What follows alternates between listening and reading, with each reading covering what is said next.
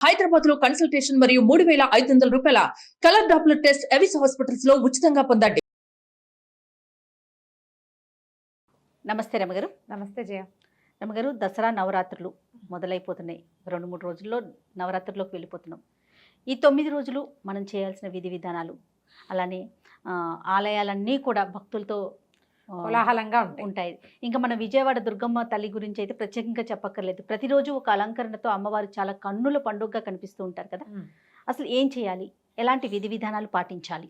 దసరా 10 రోజుల పండుగ అయితే మన మహాలయ అమావాస్య వెళ్ళిన మరుసటి రోజు నుంచి ఆశ్వేజ శుద్ధ పాడ్యమితో పండుగ ప్రారంభం అవుతుంది. 10 రోజులు అమ్మవారిని నిత్యము అర్చించుకునే విధానాలు కొన్ని.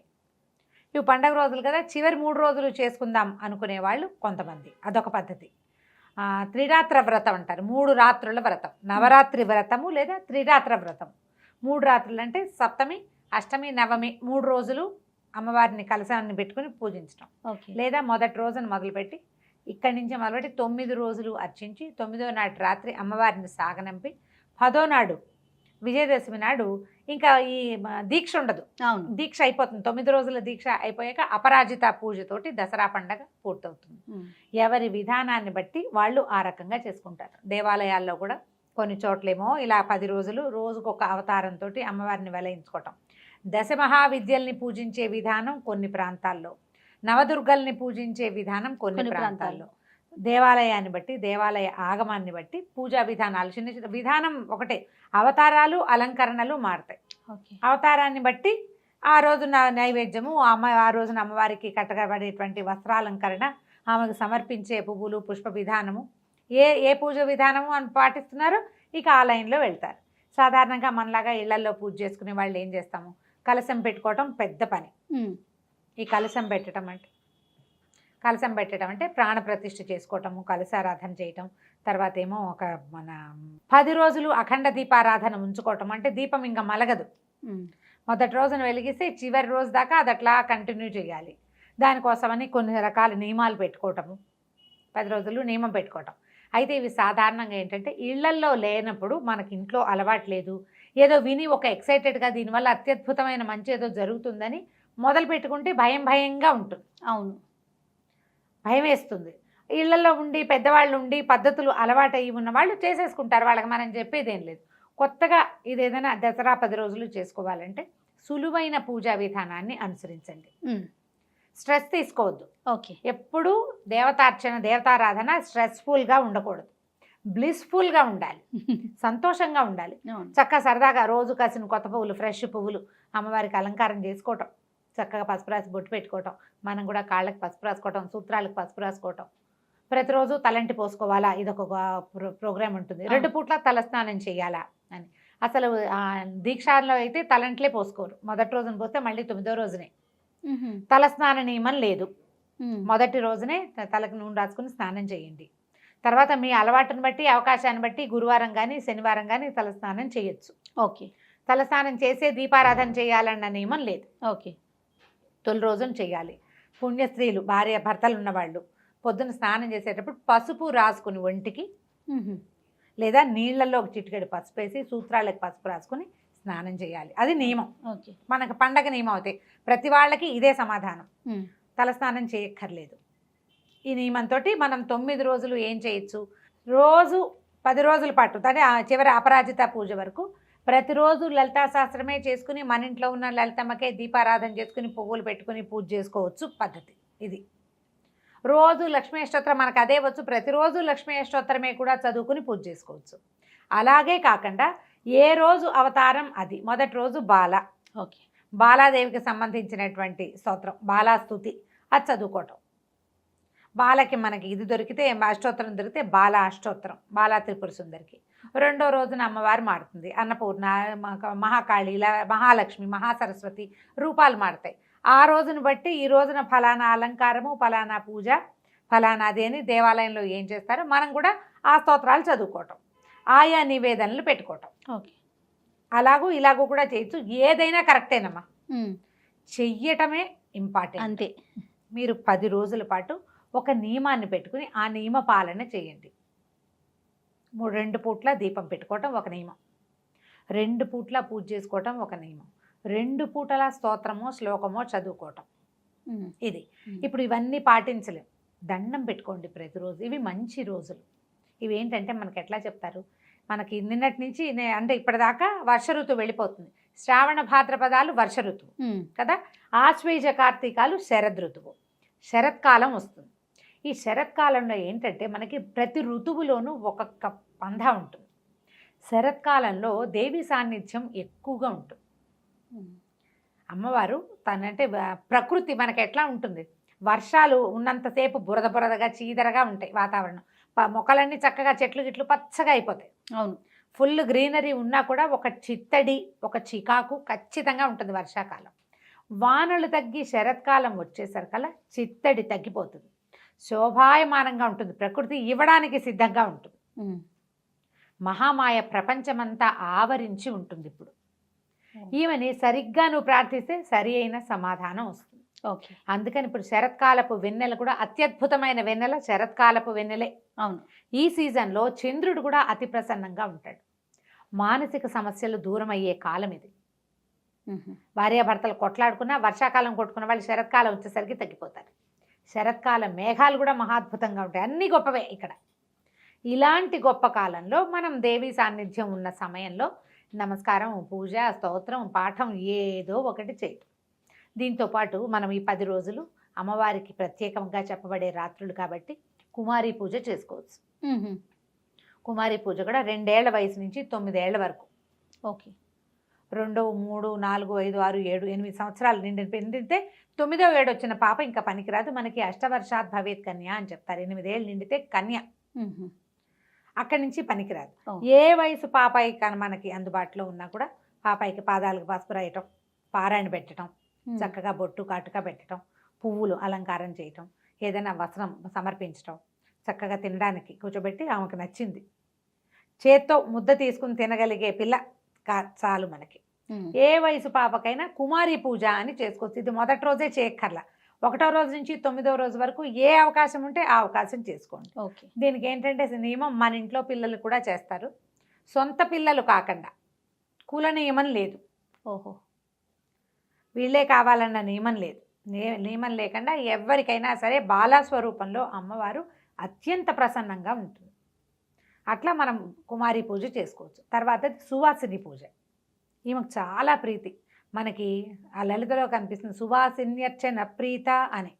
శోభన శుద్ధ మానస, అమ్మవారికి చాలా ఇష్టం సువాసిని పూజ. అందుకని మనం ఏం చేస్తాం, మన ఇంటికి ఎవరైనా ముత్తైదు వస్తే బొట్టు పెడతాం. అవును. అమ్మవారినిగా భావించే సువాసిని కూడా ఇట్లాగే పాదాలకు పసుపు రాయటము, షోడశోపచారాలతో సువాసిని పూజ చేసే విధానం కూడా ఉంది. అంత పెద్ద ఎత్తున అందరూ చేయలేకపోతారు, అలవాట్లేదు. ఏదో తప్పు చేసాము సరిగ్గా చేయకపోతే అదేదో చేయలేదు కాబట్టి ఇదేదో అయ్యిందనిపించి భయం వేస్తుంది. అవునవును. ఆ కంగారు ఏం పడదు. చక్కగా కాళ్ళకి పసుపు రాయటం, మన ఇంటికి ఎవరు వస్తే వాళ్ళకి బొట్టు పెట్టడం, గంధం రాయటం, చక్కగా పువ్వులు తలలో పెట్టుకునేందుకు పువ్వులు ఇవ్వటమో, మనమే పువ్వులు ముడవటము, గాజులు, ఓ రవికలు బట్టవో లేకపోతే చీరో అలంకరణ వస్తువులు ఇవ్వడం కూడా ఈ సీజన్లో మనం చేయొచ్చు. సుమంగళి పూజ ఓకే. లేదా సువాసిని పూజ. ఓకే. రోజుకొకళ్ళకి చొప్పున ముత్తైదుకి మనం తాంబూలం ఇచ్చుకోవటం కూడా ఒక నియమంగా పెట్టుకుని చేసుకోవచ్చు. ఉమ్. మీరు ఏది పెట్టుకున్నా ఓకేనే. ప్రతిరోజు కొన్ని పువ్వులు వాయనం ఇవ్వటం, ప్రతిరోజు పళ్ళు వాయనం ఇవ్వటం, ప్రతిరోజు ఏదైనా ప్రసాదం చేసి ఎవరికైనా ఇవ్వటం, అట్లా ఏ నియమమైనా పెట్టుకోవచ్చు. నియమం పెట్టుకోవాలి. నియమం పెట్టుకోవాలి. ఈ 10 రోజులు ఆ నియమాన్ని అమ్మవారి కోసం అని భావించి చేస్తే మీకు ఏంటంటే కాంప్లికేషన్స్ లేవు ఇందులో. అవును. అవును కదా, రకరకాల ప్రశ్నలు ఇస్తారు. కొన్ని క్వశ్చన్స్ వచ్చినాయి అన్నారు కదా రమ్మగారు, నేను కూడా ఒకటి చూసానండి. ఏంటంటే నియమం పెట్టుకుంటాం కదా, మధ్యలో పీరియడ్స్ వచ్చినాయి అనుకోండి, ఎట్లా కంటిన్యూ చేయాలా, మధ్యలో ఆపేయాలా, లేకపోతే మన బదులు ఇంకెవరితో అయినా చేయించాలా, ఇట్లా రకరకాల ప్రశ్నలు రమ్మగారు. ఇప్పుడు మన ఇంట్లోనే అయితే ఎవరు లేరనుకో, ఏం చేస్తాం? దండం పెట్టుకుని ఊరుకోవటమే. ఓకే. స్నానం చేశాక రోజులు మిగిలితే ఆ తర్వాత రోజు చేసుకోవటం. 5వ రోజు రెండోసారి, 4th డే ఒక స్నానం, 5వ రోజు మారు స్నానం అంటారు, మారు నీళ్లు. 5వ రోజున పసుపు రాసుకుని తల స్నానం చేయండి, షాంపూ చేసేసేయండి, తల శుభ్రంగా వదిలించేసుకోండి, ఆ విప్పిన బట్టలు అవి ఇంకా ముట్టుకోబోకండి, అప్పుడు మీరు చేసుకోవచ్చు. ఈ నియమం పెట్టుకోదలిస్తే. మళ్ళీ అంటే పూర్వశివాసినులు భర్త లేని వాళ్ళు చేసుకోవచ్చు, లక్షణంగా పూజ చేసుకోవచ్చమ్మా. ప్రతిసారి అసలు ఈ ప్రశ్న అడగద్దు, హాయిగా చేసుకోవచ్చు. మీరు అమ్మవారికి చదువుకోవడానికి ఎవరు అడ్డం వస్తారు, ఎవరు కాదంటారు? ఏ శాస్త్రం చెప్పింది చేయకూడదని? ఒక్క సాధారణ నియమం మనం పాటించేది ఏమిటి? మనకు లోక సహజంగా, నేను చెప్పడం కాదు, సహజంగా పాటించేది. ఎవరికైనా బొట్టు కాటుక మీరు పెట్టకూడదు, బొట్టు పెట్టి ఇవ్వకూడదు అన్న మాట చెప్తారు. మీ ఇంట్లో నుంచి మీరు ప్రసాదాలకి సదాలు అన్నీ శుభ్రంగా చేసుకుని ఇవ్వచ్చమ్మా, ఏ తప్పు లేదు. హాయిగా చదువుకోండి, అమ్మవారికి పూజ చేసుకోండి. పువ్వులు పెట్టి పూజించడానికి అభ్యంతరం ఏముంటుంది? ఏమీ అభ్యంతరం లేదు. దాని మీద ఇంకా ఆలోచించకండి, ప్రశ్నించకండి. ఒకళ్ళు చేస్తే రెండో వాళ్ళు మీరు ఇలా చేయకూడదు కదా, అలాంటి పిచ్చి మాటలు మాట్లాడబోకండి. పరిస్థితులు ఎవరికి ఎప్పుడు ఎలా తిరుగుతాయో మనకు తెలియదు. దాని మీద అసలు ఆలోచనే లేదు. ఓకే, అఖండం పెట్టాలా, అది కూడా ఒక ప్రశ్న. అఖండం పెట్టడం నియమం కాదు, మన ఇష్టమా, మన ఓపిక, మన అలవాటు. అఖండం పెడితే అది మలక్కండా ఉండాలి, మీరు ఎప్పుడు ఇంటి పట్టున ఉండాలి. అది వెనక్కి జారిపోతుంది ఒక్కొక్కసారి, లేదా కొడి కడుతుంది. అలాంటప్పుడు కొడి తీసి కొంచెం సవరించాలి, ఆ శ్రద్ధ ఉండాలి కదా. తర్వాత నాన్ వెజ్ తినచ్చా, ఇది ఒక్కోల, ఇదే చాయిస్. మీరు నియమం పెట్టుకుని నేను తిన్ను, నేను చెయ్యను అని పెట్టుకుంటే మీ ఇంట్లో వాళ్ళు ఒప్పుకోవాలి. సాధారణంగా పూజా విధానాలకి ఏం చెప్తారంటే, అన్నిటికీ ఉపవాసాలకి భర్తలు ఒప్పుకోవాలి. మీరు ఇంట్లో ఒక పూజ చేసి ఒక నియమం పెట్టుకుంటే మీ భర్తలతో కొట్లాడి నియమాలు పెట్టుకోవద్దు, ఒప్పించుకుని పెట్టుకోండి. ఒప్పించుకోవాలి. ఇప్పుడు పైగా మన నియమం వల్ల ఇతరులకు ఇబ్బంది కలగకూడదు కదా రమ్మగారు, ఇబ్బంది అదొకటి కలగకూడదు. చూసుకోవాలి కదా. ప్రధానంగా భర్తలు ఒప్పుకోవాలి. మీ ఇంట్లో పిల్లలకి భర్తకి ఇబ్బంది లేకపోతేనే పెట్టుకోండి ఆ నియమం. ఇది అక్కడి నుంచి ఉపవాసాల గురించి ప్రశ్నిస్తారు. స్త్రీలు ఉపవాసం అంటే ఓపిక లేని వాళ్ళు, షుగర్ ఉన్నవాళ్ళు, ప్రెగ్నెన్సీ ఉన్నవాళ్ళు, లేదా కొత్తగా పిల్లల తల్లులు, చంటి పిల్లల తల్లులు ఉపవాసం చేయొద్దమ్మా. మీరు దీంట్లో ఒక పద్ధతి ఉంది, మనం ఏది నివేదన చేస్తామో అదే తింటామని పెట్టుకోండి. ఇది ఒక నియమం పెట్టుకోవచ్చు. నాది అదే నియమం, 10 రోజులు. ఓహో, అమ్మవారికి ఏదైతే నివేదన నివేదన చెయ్యనిది ఏది నేను తిన్ను. పొద్దున్న నివేదన పెడతాం, ప్రసాదం అవి ఇవి అన్నం అన్నీ పెట్టేస్తాను, అవే తింటా. ఇక వేరే నివేదన చేయబడని అరటిపండు కూడా నేను తిన్ను. 2 పూట్లు అవే తింటారా రమ్మగారు? 2 పూట్ల అదే తింటా, మా నియమం అదే. పగళ్ళు డాక్టర్ గారు ఉపవాసం ఉంటారు, ఆయన రాత్రి భోజనం చేస్తారు. నాకు అన్ని రోజులు పగలు ఉపవాసం చేస్తే నేను నిద్ర లేవలేను. ఓకే, పని చేయాలి కదా, ఎంత పని రమ్మగారు. అందుకని ఇంకా అది పెట్టుకోవట్లేదు. ఎప్పుడు ఇదే పంద. పొద్దున పూట నివేదన ఏది చేస్తే అది నివేదన చేయకుండా, మధ్యాహ్నం పిల్లల కోసం ఏదైనా చేస్తే నోట్లో వేసుకోవడం, స్నాకింగ్, నథింగ్ డూయింగ్, ఇలా పెట్టుకోవచ్చు.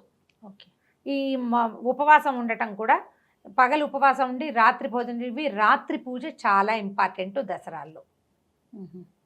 సాయంకాలం చేసే పూజ మంచిది, చాలా అంటే విశేషమైందని చెప్తారు. రాత్రి అని చెప్పబడుతోంది కదా, అదేలేండి. మీ వెసులుబాటు, మీరు చేసుకోగలిగితే సాయంకాల పూజ, సంధ్యాకాలం నుంచి మొదలుపెట్టి రాత్రికి చేసే పూజ. మీరు ఆ నియమం పాటించలేకపోతే పొద్దునే చేసుకోండి. కొంతమందికి కుదరదు, అవును, కొంతమందికి కుదరదు, పొద్దుటి పూట చేసేసుకోండి. సాయంకాలం ఒట్టిగా దీపారాధన చేసుకోండి.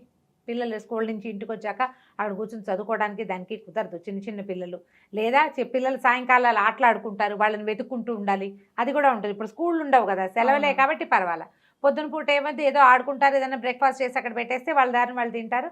ఆ టైంలో మీరు ఏమన్నా చదువుకోవచ్చు, పూజ చేసుకోవచ్చు. సాయంత్రం కష్టమైతే సాయంత్రాలు పెట్టుకోపోకండి, ఉదయకాలమైనా చేసుకోవచ్చు. ఉపవాసం ఉండదలుచుకున్న వాళ్ళు పూజ అయ్యే వరకు ఉపవాసం చేయండి. బ్రేక్ఫాస్ట్ చేసి పూజ చేయకుండా, పూజ అంతా అయిపోయాక నివేదన చేశాక అప్పుడు తినండి. అది ఆ నియమం కూడా పెట్టుకోవచ్చు. ఉపవాసాలకి భర్తలు ఒప్పుకోవాలనేది నియమం. భార్య భర్త కలిసి ఉండొచ్చా, ఆ ప్రశ్న కూడా వచ్చింది, అది కూడా వచ్చింది. అవన్నీ కూడా మీ చాయిస్ లేనమ్మా. మీకు తప్పు అనిపిస్తే చెయ్యొద్దు, తప్ప అని ఎవరినైనా అడగండి. అది మీ ఇంట్లో పరిస్థితిని బట్టి కదా, మీ పరిస్థితిని బట్టి, మీ అండర్స్టాండింగ్ని బట్టి, మీ వెసులుబాటును బట్టి. మర్నాడు పొద్దున పసుపు రాసుకుని స్నానం చేయండి అని చెప్పాను కదా క్లియర్గా. కాబట్టి ఇక దాని మీద ప్రశ్నలు వేయకండి, ఎవరిని అడగద్దు. నన్ను కాదమ్మా, ఎవరిని అడగద్దు. మీకు అదేదో బ్లెండర్ మిస్టేక్ అని అనిపించింది అనుకో, చేయకండి, చేయొద్దు.